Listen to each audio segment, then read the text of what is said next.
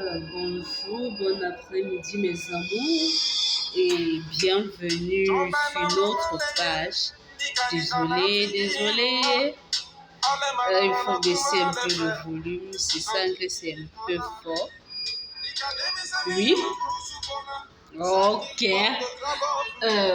Permettez-moi de me présenter, je suis Doris Kamga et j'aimerais entretenir avec vous par rapport à un livre que j'ai eu à parcourir, La chèvre de ma mère. Vous savez, j'aimerais un peu vous dire un truc. Pourquoi est-ce que j'ai parcouru ce livre? Pourquoi pas un autre livre? Il y a La chèvre de ma mère. Vous savez, le nom d'abord, ça sonne un peu bizarre. Il faut être curieux pour essayer de s'engager dans ce livre-là. Oui.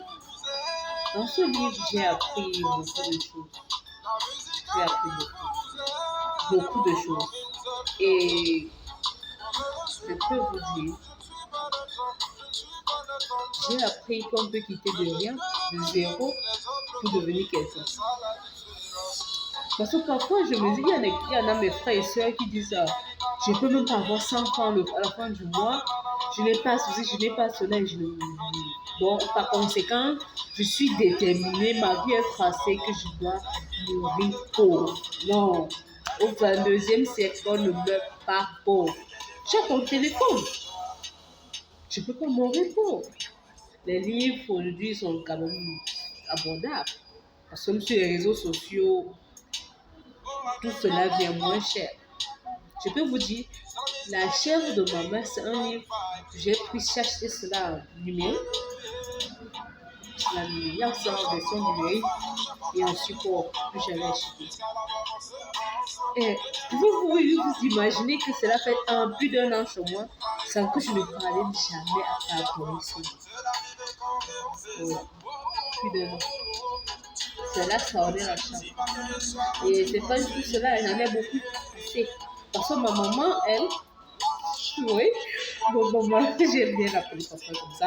Elle demande que je ne l'appelle pas comme ça, c'est pas. C'est mon amour. Bon. Elle m'encourage, elle nous a toujours encouragés. Nous achetions des livres ensemble. C'est devenu léger. Vous savez le déclic que j'ai eu? Un jour, dans un de mes groupes, je vois les gens comme c'est les gens qui disent non, Doris, elle est talentueuse. Elle a de l'avenir, elle a tout. Et moi, je suis là, je suis en train de dormir. Il y a peu de temps, j'ai dit non, je me réveille. Je ne dors pas. Je ne dormirai plus. Oui, que quelqu'un dise comment. Je ne dormirai plus. La connaissance se trouve dans le livre. Le nom est bête. Nous, on nous domine parce que nous ne lisons pas. J'ai pris ce livre, La chèvre de ma mère, de Ricardo. Et il nous fait comprendre que nous pouvons quitter de rien pour quelque chose. Il prend l'exemple sur sa maman qui n'avait pas fréquenté.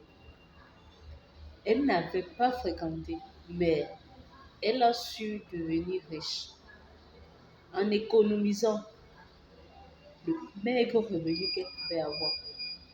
Après la mort de son mari, elle a décidé, bon, la belle famille africaine comme nous le savons, on les a mis à la porte. Elle et sa épouse et elle, on a donné à chacune d'elles une chèvre comme héritage, vous savez. Ils sont accaparés du reste, se partager entre eux. Mais sa maman, qu'est-ce qu'a-t-elle fait? Elle a ramené la chèvre là dans son village. Parce qu'on les avait chassés de la maison familiale du village, tout ça. Elle a ramené, elle n'a pas mangé sa chèvre. Elle a laissé. Elle a pris soin de cette chèvre.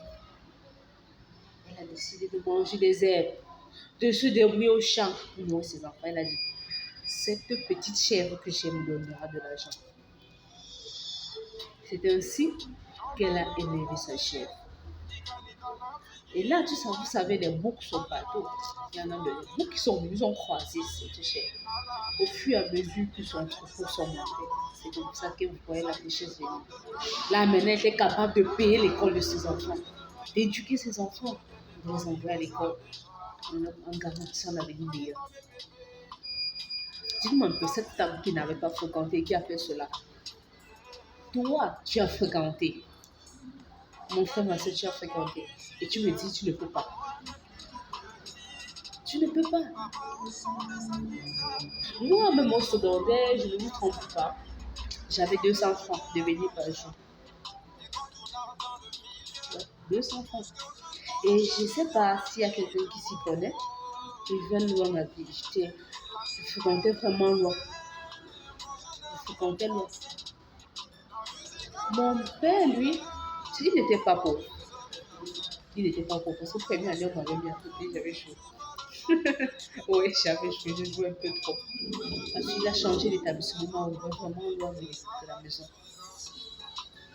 Et première année, il me donnait un peu assez d'argent. Il me donnait assez d'argent. La deuxième année, il me donnait 200.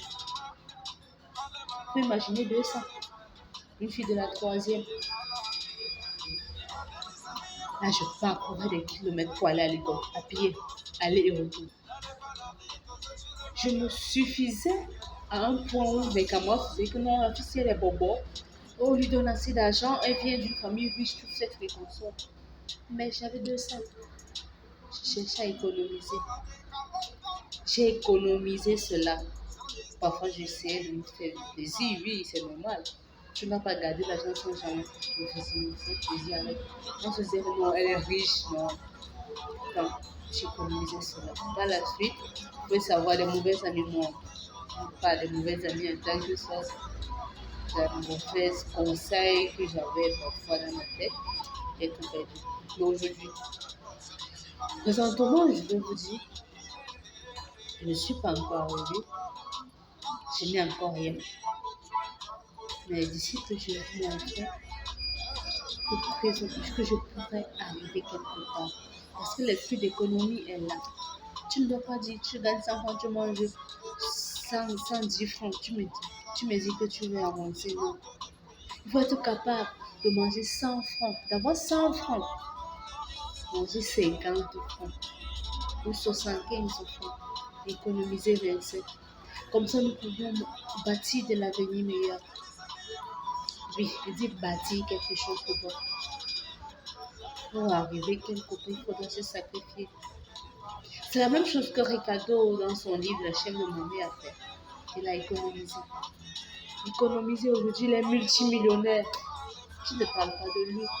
Il est devenu un thérapeute. Mais que toi, mon frère, ma soeur, toi qui me dis que tu es incapable, tu ne peux pas avancer. Laisse-moi te dire, tu te trompes. Tu te trompes, tu te dois d'avancer. La réussite, c'est pas pour les autres. J'ai dit, la réussite n'est pas pour les autres. Toi, dis, la réussite n'est pas pour les autres. Moi, je vais avancer. Que quelqu'un me dise qu'ils vont avancer. Nous allons avancer, nous arriverons. J'ai ma mère qui croit en moi. Mais j'ai dit, je vais arriver, il faut plaisir. C'est ces gens-là qui se montrent au moins, je vais arriver pour leur montrer que je suis capable. Parce que mentalement parlant, je suis capable. Je sais que je suis capable. Donc, gardons le mindset, évoluons et ne baissons jamais les bras. Tête haute, poitrine bombée, comme on le dit. On ne baisse pas la tête. On avance tête haute. Big up! C'était Doris Kanga. Likez et abonnez-vous à notre page. Un gros pouce.